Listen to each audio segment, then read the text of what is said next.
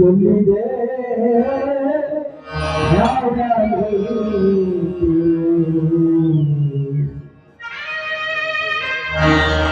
ಎಲ್ಲಿದೆ ನ್ಯಾಯನೀತಿ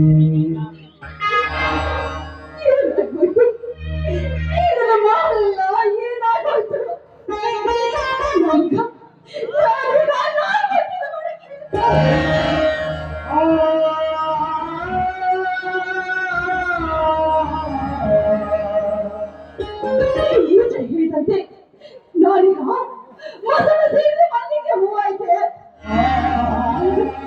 ನಾನೀಗ ಮೊದಲ ಸೇರಿದ ಮಲ್ಲಿಗೆ ಹೂ, ಮೊದಲ ಸೇರಿದ ಮಲ್ಲಿಗೆ ಹೂ.